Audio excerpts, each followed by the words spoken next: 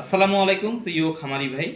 ঠিক এই মুহূর্তে প্রায় 12টা 40 মিনিট বাজে, মানে রাত 12টা 40 মিনিট।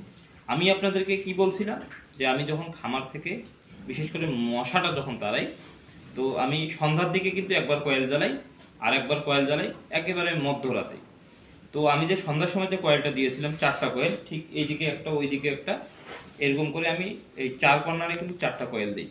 তো মোটামুটি কয়েল শেষ হয়ে গেছে, এখন নতুন করে আমি আবার 4টা কয়েল জ্বালাবো।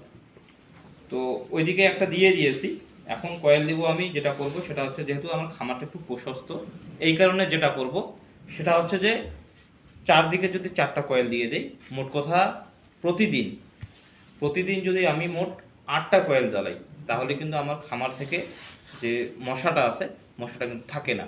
আপনারা আমার খামারে দেখতে পারেন, এখন কিন্তু রাত হয়ে গেছে, তারপরেও কিন্তু কোনো ধরনের কোনো মশা নেই। আপনারা চাইলে ঠিক এই কয়েল দিয়ে কিন্তু এই মশা